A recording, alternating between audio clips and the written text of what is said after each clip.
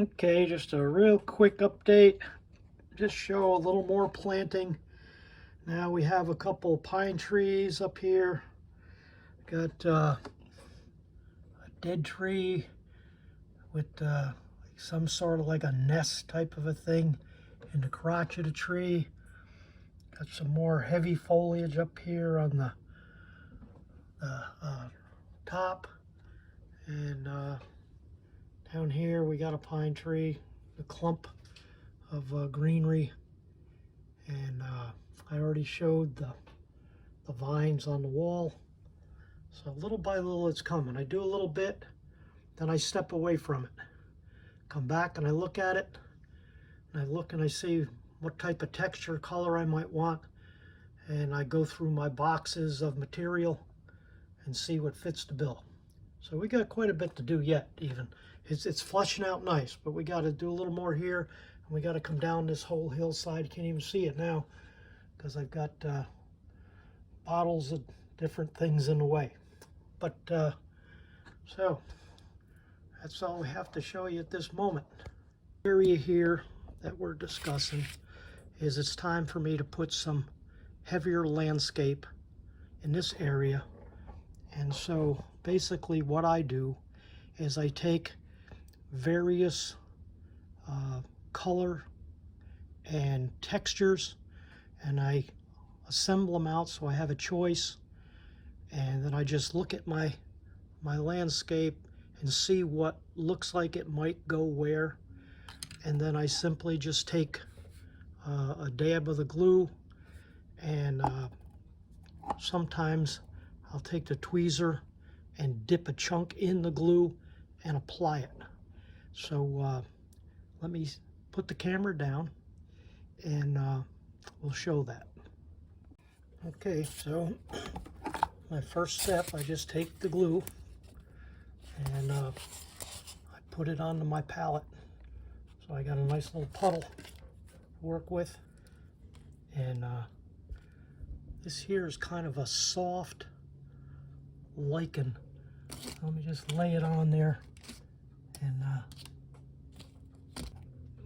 now for this one, I'm not going to dab it. I'll put a dab of glue under it.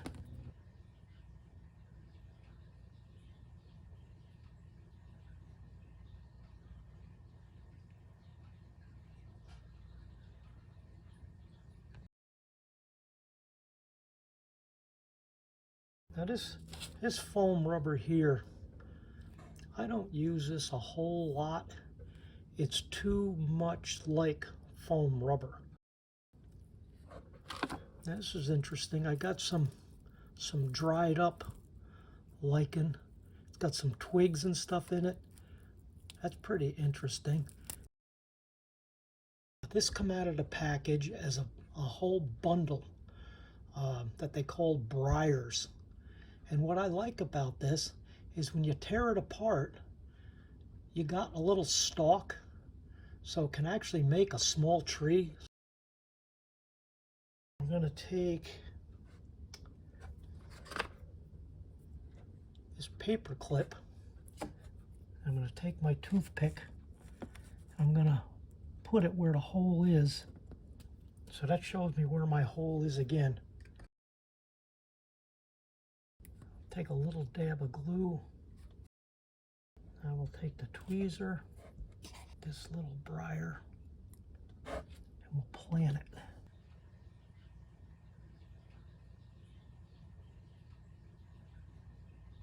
Looks a nice little tree. Maybe we can put that one right over here.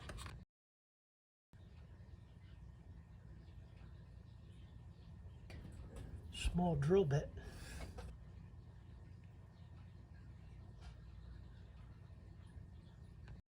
Go to hole. Take my glue.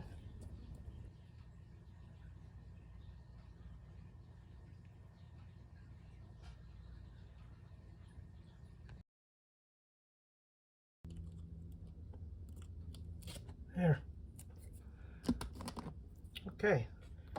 I just wanted to show this step here. In this area here, I want to put some of this very fine granular foam, and you can't really pick it up with a tweezer, and you don't want to individually try to place it.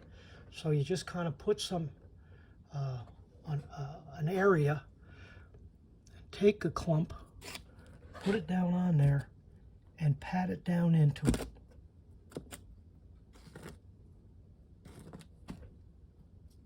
There.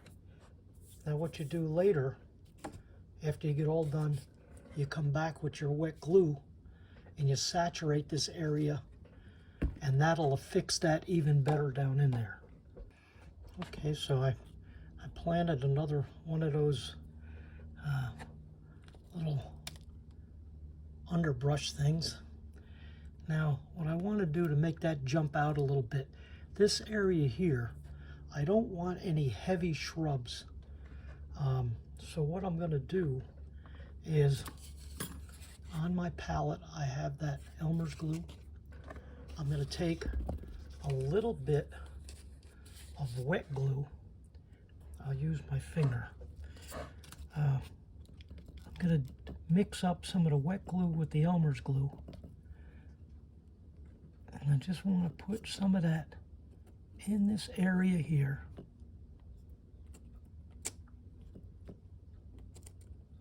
Okay.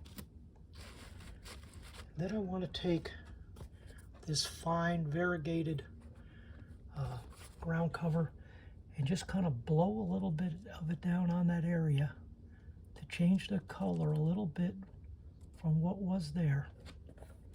That's all I want to do. I just want to change that area from this color here. Actually liking that so much, I'm thinking I might continue it on down a little further.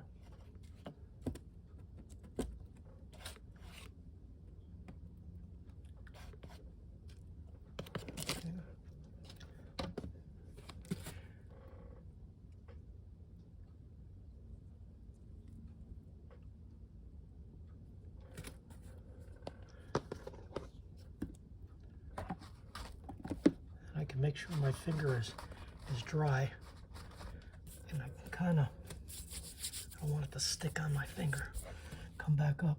I just want to pat it down in a little bit. Okay.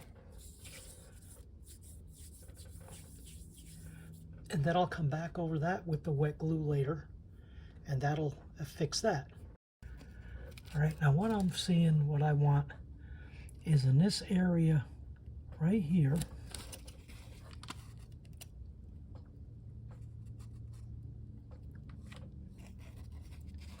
and over in here, I want to do a blend. Okay. And I have some fine yellow grass. So I'm just going to tap a little down in there.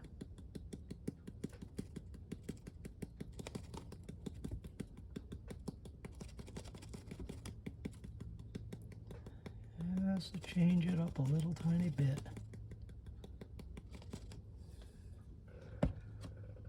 There. I'll pat that down in a little. Now it just made a color shift ever so lightly there. I don't want a dark or a sharp contrast. Just want to kind of do a blend. And again, when I come back with the wet water, or the wet glue rather, that'll fix that down in.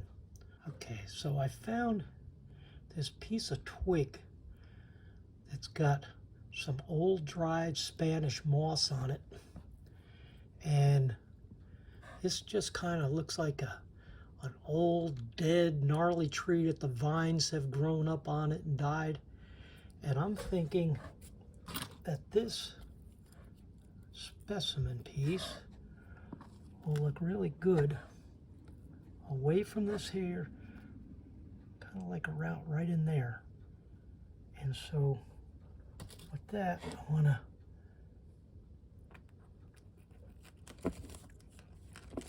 go down with my drill.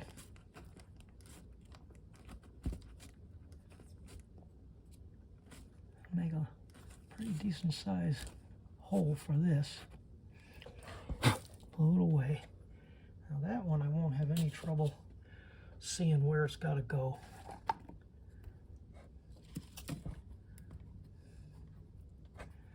I'll put a dab of glue there.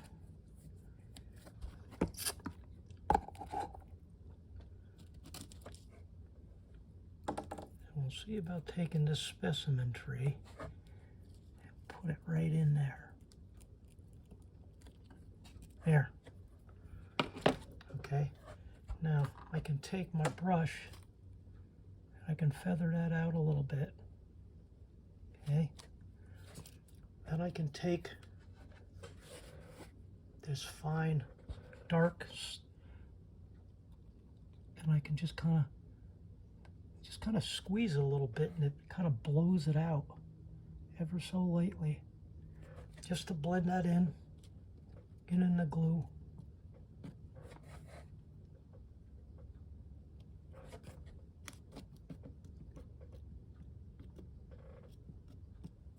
There.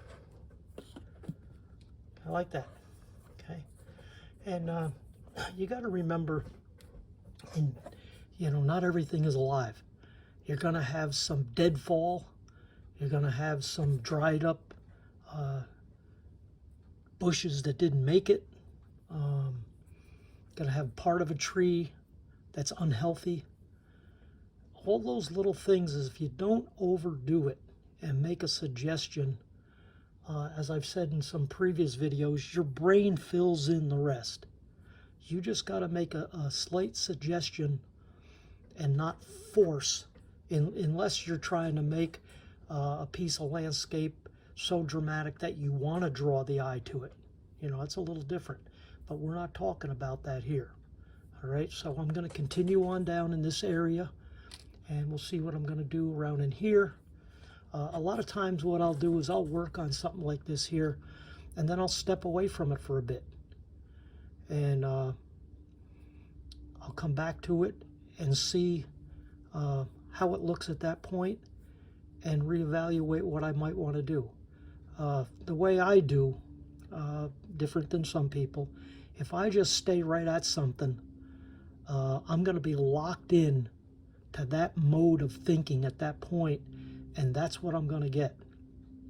If I get away from it and I come back, sometimes I see things in a fresh start. So we're going to do a little bit more, and I'll come back. Okay, so I'm back. Just wanted to show that I carried this on down, and it was just a simple matter of using my wet palette, putting little dabs of glue, coming back and forth with the two fine ground covers, a little bit of clump here and there, and pat it down and get away from it. I'm not going to come any further down here, because down the road I'm going to blend this whole area, sculpt the mold into this here. I got a nice crevice here. I'll see what I'm going to do about that. The other thing I want to bear in mind when I do this is right down here, I do have a seam. I've covered it over with the sculpt the mold, but when I built this layout, I built it in 4-foot modules, and it's on the wall using shelf brackets. If you're interested, you can go back to one of my earlier videos in the series of building a shelf layout, and it shows how I put the modules together using carriage bolts, built up 3 layers of 3/4 blue foam, and I know it's a lot of overkill for a flat layout, but I did that purposely so down the road, if I want to gouge down in for some lowland, I've got that opportunity. I don't have to always build it up. I can go down in. And as I start, after I get a footprint for my structures and stuff, I will start doing some of that to have an undulated landform. So I'm not going to continue on down here. I will, let me pan around a little bit, I will do a little bit more in this area, and then we'll call that a go. And the only thing left for me to do is actually get into some bigger trees, individual trees to put in there. I made this tree here as just a background tree, and what I'll probably do is I'll make a little separate video in this series just showing how I did that. It's just basically a plastic tree armature with some poly fiber, stretched it across there, got a shape I basically wanted, sprayed it real heavy with some hairspray, and then using again these two fine ground covers, sprayed it, puffed it onto the poly fiber, and then using this light variegated green, I just sprinkled it on for leaves, patted it down, and it made a background tree. Now, this is something you just want in the background. This is not a tree that you want in the forefront, because you're too close to the eye, you're going to study it. But in the background, you know, it blends nice. So I might do a video just on actually show the steps of doing that rather than just explain it to you. But for that, enough said for that. I'm going to cut this loose for now and continue on. Okay, so I've pretty much about finished what I want to do here. Let me zoom in a little bit. Okay, made a little path right there. Had a nice little opening right there. Just want to make a little path coming down. For right now, I'm going to leave that area bare. And same with this area for right now. But I'm very happy with what I did here. But what I'd like to do at this point here, just to add a little bit of color, once again, as I mentioned in a previous video, my son got me this here for Christmas, and I call it a meadow mix. It's a nice light green with some yellow, and to me it just reminds me of some meadow flowers. Okay, and I did add a little bit here and there, and I just want to carry some of that down to this area. Okay, so as I look at this, I want to see some flowers in this area right here. Okay, but I will put a little dab of wet water, or wet glue rather, right here. Okay, I don't care about that running down, it's going to dry clear. And I just want to take a little pinch of this. I'm going to sprinkle some out onto my palette. And I'm just going to take a little bit of that, put it down, and then press it in to the glue so it mats it down. But it gives me that little hint of yellow right there. And that's what I was after. Okay? Now, you know that that little metal flower is not going to just live in one area. So I'll put a little bit right here. Now I'll just take, okay, and I want to sprinkle some right there. Saturate it in.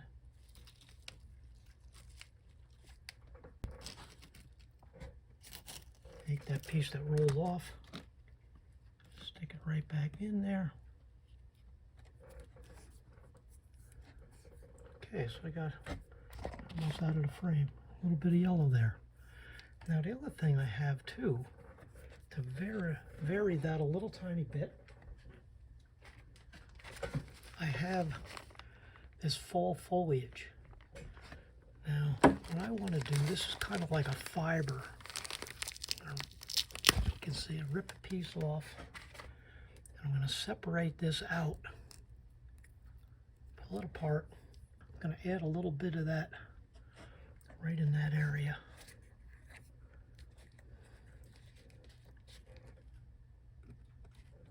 Okay.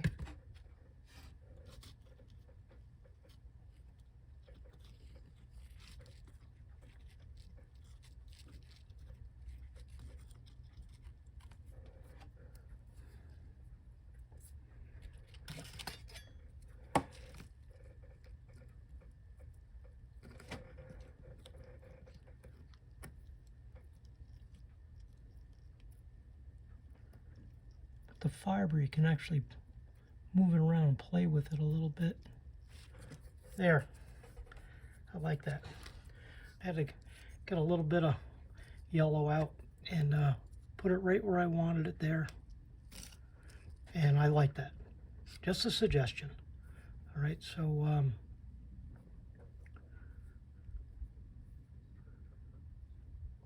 I'm looking now if I want to bring that yellow right up into here a little bit. Let me just put a little bit right there. Very good. Kind of rub my fingers, get them somewhat dry, so I can take this clump. I lost it.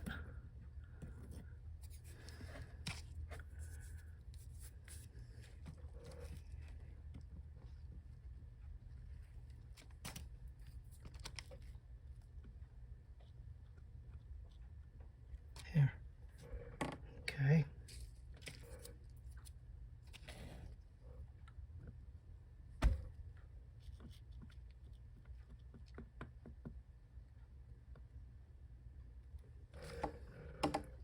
I'm liking that. I'm liking that. Okay, so I'm back trying to get a high angle so you can see right on the tree. Right over here where you see a little white yet, what I did was I took some of my wet glue and just kind of poured it down between the layers. Just let it soak in there a little bit. That'll dry up clear, you won't see it. But that's how you can transform one of these flat Stanleys into a foliage tree. Now as I'm looking at this now, I see some light green there. And so if I have some dark green here someplace, live, I'll put a little dab of glue here. And I'll show you just how I do this.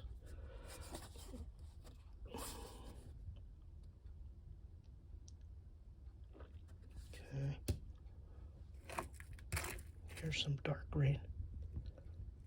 Just place it on there.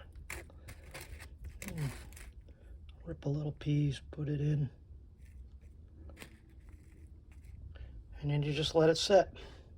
Okay, I also see a little bit of light green right there. Put a dab there. Okay. A little bit of dark green.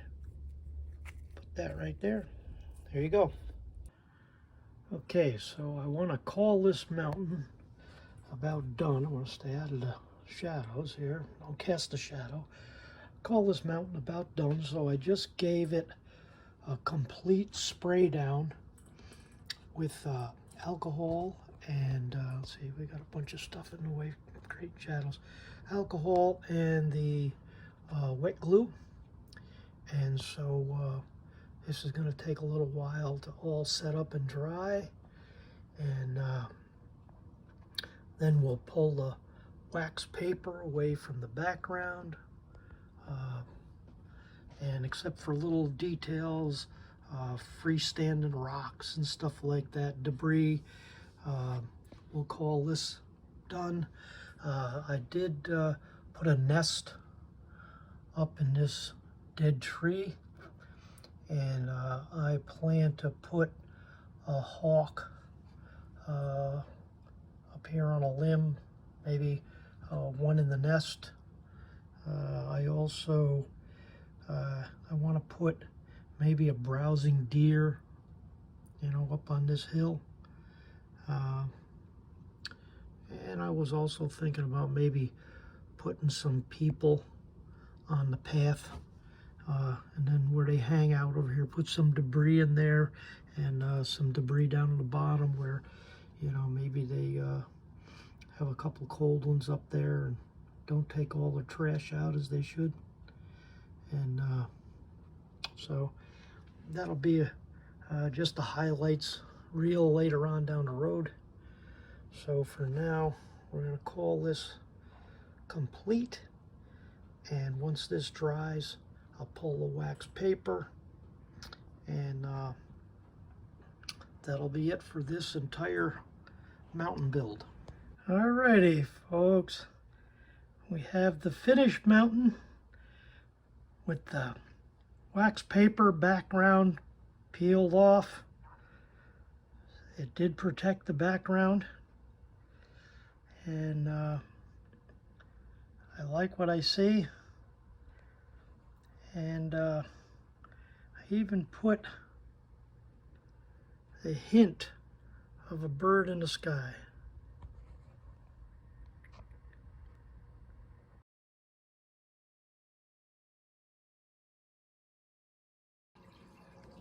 Okay, so I took this HO scale man and I repainted him a bit, and I've been working on him through this lit up magnifier here, illuminated magnifier. And so if I can grab him here, pull him to the magnifier, there you can see him pretty good. I changed the color of his hair, his clothes a little bit, and you see his face is pretty indistinct. So I took a little cup and I put 1 drop of India ink in with some water. I'm going to dip him in, and in addition to him, I also, where is he? I'm trying to find him for you. I have this dog. He's going to be walking his dog, and I changed his color, and we made him a golden retriever. And what I had to do was take a number 11 blade and scrape down his back, down his legs. There was a seam, so I scraped that seam away, and I took some sandpaper, put it on a popsicle stick. I kind of smoothed them down a little bit. I got 2 grits here. This here is a 600, and this here is a 320. And so smooth him out. And so we're going to do a black wash here in a second, see what kind of details I can get on his face. Okay, so now I'm out at the kitchen sink, and I put the little screen drain in there so I don't drop nothing down the drain and never see them again. And in this little metal cup here, yeah, I got 1 drop of India ink with some water. So I'm going to take our man in a tweezer here, and we're going to dip him down in. Okay. I don't really know. Let's see, I got to get him sharpened up. I don't know how much detail. It looks like I did get a little bit of detail in his face. Let me dip him again.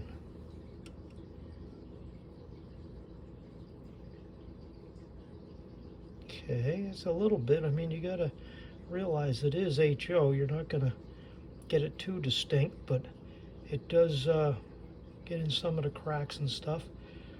And if I think I need a little more black, I don't want to overdo. It's tough to make stuff go away, especially being it's India ink and it's not water-based paint. So I'm going to set him aside, let him dry.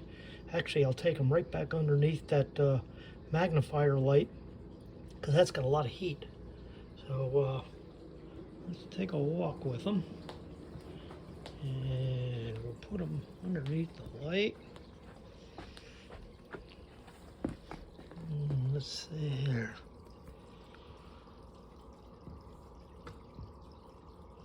Okay, just set him there, and we'll let him dry. Okay, so see another man there sitting down. That fella there had a lot of work to do on him. He had some blue pants up into his orange shirt. He had some orange shirt down on his flesh arm. He had some white. You can still see it didn't cover real well. His white shoe was up into his pant leg. He had some flesh here down onto his pant leg, and he had flesh up the back of his head. So I took a couple different colors of orange, and I kind of dabbed it with a 10-aught brush on his back, and fixed where the colors met one another, detailed him up. So we're going to give him a wash too. So let me turn this off. I'll dip him and bring him back. Okay, so I just set him down with the tweezer, and you can see the little black drip next to him. That was the India ink water that just ran off of him when I set him down. And I'm just going to let him set. I'm going to let the heat from this lamp here is nice and warm. I'm going to let that dry him up a little bit, and that did tone his flesh down, and you know, the bright colors on his clothes. And we'll see how that goes. What I was thinking I was going to have to do with these guys, I think I was going to have to take like maybe some soft gray pastel and kind of like buff them up a little bit to kind of weather them a tiny bit. But maybe the India ink and the water will do the job. So I'm going to let him dry. Then when he comes back, I'm going to have him in place on the mountain. So we'll be back in a little bit. Okay, so we're over here on the mountain now. And as you can see, we do have that fella up on the ledge. And you can see he's walked this trail up here. And he's sitting down there looking over the landscape. Got to have a little storyline with what's going on up here, right? So he used to come and hang out here on the ledge with his friends as a youth, and now as a young man he's got a very busy job, and so from time to time he still comes back to the old stomping ground, and he makes his way up the trail, sits on the ledge, and he just kind of relaxes, takes in the scenery, and he becomes one with nature. And then over here you remember our man with the golden retriever. If you prefer the dog to be a yellow lab, he can be a yellow lab if you like that. But the man and the dog, they're best buddies. They're together as one for the most part. They take this nature hike often up this little trail and walk the hillside untethered. And he has a treat in his hand for the dog, and the dog is offering his paw, and he's just making sure the dog doesn't wander too close to the track in case a train comes by. And so we got those guys covered. Then up here on the hillside, I had mentioned that I was hoping to have a browsing deer, and sure enough, we have a doe, and she is eating some of those yellow meadow flowers. And then behind the pine tree, nestled in hiding, is the buck. And he is standing at alert, and he is watching for any type of disturbance so he can alarm his family and they can get into safety. And whoa, whoa, whoa, it looks like something has happened. The young buck has been spooked, and he is leaping and making his way up the hillside. Okay, so we have those covered, and the only thing lacking is our barren tree. We got the nest up there. We do not have a bird on the limb yet, nor a bird in the nest. If I can't find what I'm looking for, I might have to make one out of clay, plaster of Paris, whatever. I'll have to sculpt one, mold one myself. And that detail will have to come down the road.